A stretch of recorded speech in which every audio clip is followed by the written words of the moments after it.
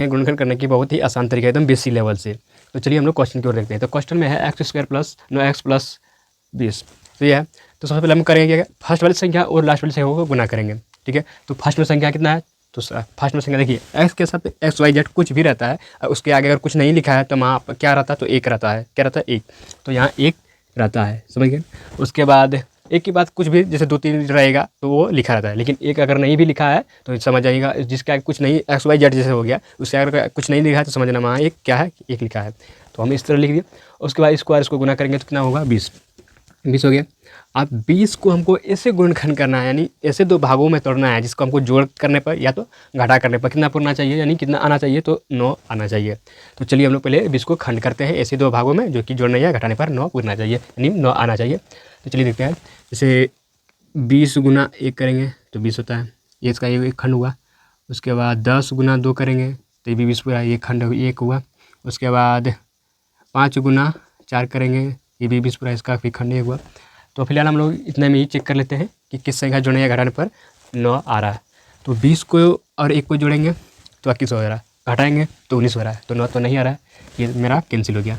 उसके बाद 10 को जोड़ेंगे और 2 को जोड़ेंगे तो कितना होगा, 12 पूरा, घटाएंगे तो कितना 8, ये भी 9 नहीं आ रहा है, ये भी कैंसिल हो गया। उसके बाद 5 और 4 को जोड़ेंगे कितना होगा, 9, तो ये पूरा है, तो मेरा ये काम करेगा। तो ये मेरा क्या है, यही काम करेगा।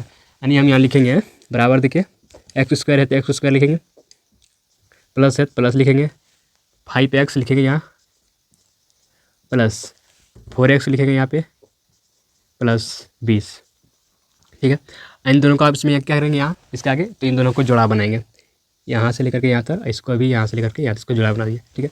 अब जोड़ा बनाने के बाद अब करेंगे क्या, तो हमको ऐसे दोनों में देखना है कि दोनों में क्या चीज़ है जो कि हमको कॉमन आ सकता है। कॉमन का मतलब ये है कि दोनों में वो चीज़ रहना चाहिए, जैसे इसमें भी वही चीज़ इसमें भी, तो किसमें देखिए अगर एक्स हम कॉमन लेंगे तो एक्स इसमें भी है और एक्स इसमें भी है, तो ये हमारा एक्स कॉमन लिया जाएगा यहाँ पे। तो हम एक्स को कॉमन लेते हैं, तो एक्स कॉमन लिए, यानी ई एक्स और यहाँ से एक्स काट देगा, ठीक है। एक एक्स यहाँ है तो एक्स यहाँ को भी ये काटेगा, तो 2 एक्स है, एक्स स्क्वायर है मतलब 2 है, तो एक और एक एक्स को काट देगा, बचेगा कितना एक्स, तो 1 एक्स, प्लस है तो प्लस लिखेंगे यहाँ पे, ई एक्स और यहाँ भी एक्स है तो ये काट देगा, तो बचेगा सिर्फ 5, तो 5 को हम ये लिख देंगे, प्लस है तो या प्लस लिखेंगे।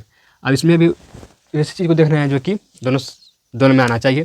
तो अगर इसमें एक्स का कॉमन अगर लेंगे तो एगो में एक्स है, एगो में एक्स नहीं है, तो एक्स कॉमन नहीं लिया जाएगा यहाँ पे।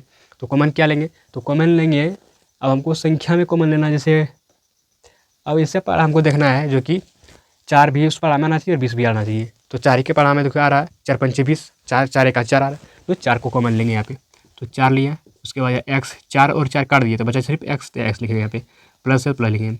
4 और 5 को काटेंगे कितना बार में कट रहा है, यानी 4 के पढ़ा में 5 कितना बार में, तो 5 बार में, तो 5 लिख देंगे यहाँ पे, ठीक है। फिर यहाँ बराबर देंगे, देखिए एक्स प्लस 5 यहाँ भी एक्स प्लस 5 है और यहाँ भी एक्स प्लस 5, यानी यही वाला चीज़ यहाँ भी है और यही वाला चीज़ यहाँ भी, तो सेम है, दोनों में से कोनो के एक हम उठा के लिख सकते हैं। तो लिख देंगे एक्स प्लस 5, आपको जैसा मन करेगा आप यहाँ लिखिए, यहाँ लिखिए, सेम तो बराबर है, कोई लिखिए उससे फर्क पड़ना नहीं है।